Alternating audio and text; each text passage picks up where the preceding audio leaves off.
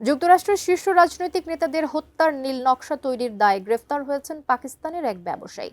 FBI এর তদন্তে বেরিয়ে এসেছে ইরানের বিপ্লবী গার্ডের সাথে সংশ্লিষ্ট এই ব্যক্তি হিটম্যান বা ভাড়াটে খুনি নিয়োগের চেষ্টা করেছিলেন, কিন্তু পরিকল্পনাটি বাস্তবায়নের আগেই এফবিআই এর পাতানো জালে ধরা পড়েছেন তিনি।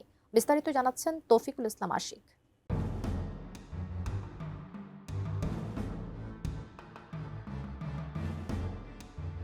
ডোনাল্ড ট্রাম্প ও জো বাইডেন সহ শীর্ষ নেতাদের হত্যা পরিকল্পনাকারী আসিফ মার্চেন্টের পরিকল্পনা ছিল সিনেমার মতো নিখুঁত। এফবিআই এর কাছে দেয়া গোপন রেকর্ডিংয়ে শোনা যায় তিনি একটি হোটেলের ন্যাপকিনে স্কেচ করে বোঝাচ্ছিলেন কিভাবে একটি রাজনৈতিক সমাবেশে কোনো ব্যক্তিকে গুলি করে হত্যা করা যায় এবং পরে গোলযোগ সৃষ্টি করে সেখান থেকে খুনিদের পলায়নের ব্যবস্থা করা যায়। শুধু তাই নয়, তিনি ওই ভাড়াটে খুনিদের, যারা আসলে ছিলেন এফবিআই এর ছদ্মবেশী এজেন্ট, তাদেরকে $5,000 নগদ অগ্রিম প্রদান করেছিলেন। যদিও আদালতে মার্চেন্ট বলেছেন তিনি জানতেন এই $5,000 দিয়ে কাউকে হত্যা করা অসম্ভব, আর তিনি মনে করেছিলেন আক্রমণের আগেই তিনি গ্রেপ্তার হবেন।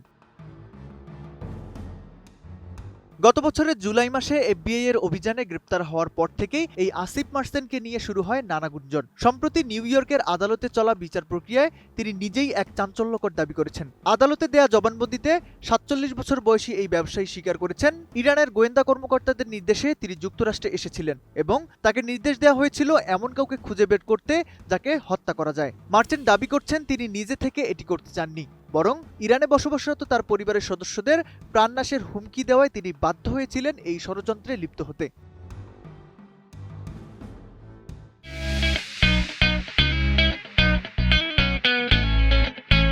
তদন্তে দেখা গেছে আসিফ মার্চেন্ট ইরানের বিপ্লবী গার্ড বাহিনীর এক হ্যান্ডলারের সাথে সরাসরি যোগাযোগ রাখছিলেন। ওই হ্যান্ডলার তাকে প্রথমে যুক্তরাষ্ট্রের ওপর নিষেধাজ্ঞা এড়াতে অর্থ পাচারে সহায়তা করার কাজে লাগিয়েছিল। পরে সেই দায়িত্ব প্রসারিত হয় হত্যা পরিকল্পনায়। মার্চেন্ট জানিয়েছেন হ্যান্ডলার তাকে 3 জনের নাম দিয়েছিলেন: ডোনাল্ড ট্রাম্প, জো বাইডেন ও নিক্কি হেলি। যদিও মার্চেন্ট দাবি করেছেন তিনি তার পরিবারের জীবন বাঁচাতে এই ফাঁদে পা দিয়েছিলেন, কিন্তু মার্কিন কৌশলীরা এই যুক্তি মানতে নারাজ। তাদের মতে এটি ছিল সরাসরি ইরানের একটি মার্ডার ফর হায়ার বা অর্থের বিনিময়ে হত্যার ষড়যন্ত্র। এই মামলার গুরুত্ব বিবেচনা করে এফবিআই একে জাতীয় নিরাপত্তার জন্য চরম হুমকি হিসেবে উল্লেখ করেছে। উল্লেখ্য যে এই ষড়যন্ত্রের মূল পরিকল্পনাটি ছিল 2024 সালের মাঝামাঝি সময়ে, যা ছিল মার্কিন নির্বাচনী প্রচারণার উত্তাল সময়। President Donald Trump, Joe Biden ও নিক্কি হেলির মতো শীর্ষ নেতাদের জীবননাশের এই ষড়যন্ত্র কি কেবল একটি বিচ্ছিন্ন ঘটনা, নাকি এটি ইরান যুক্তরাষ্ট্রের চলমান সংঘাতের নতুন কোনো ফ্রন্ট?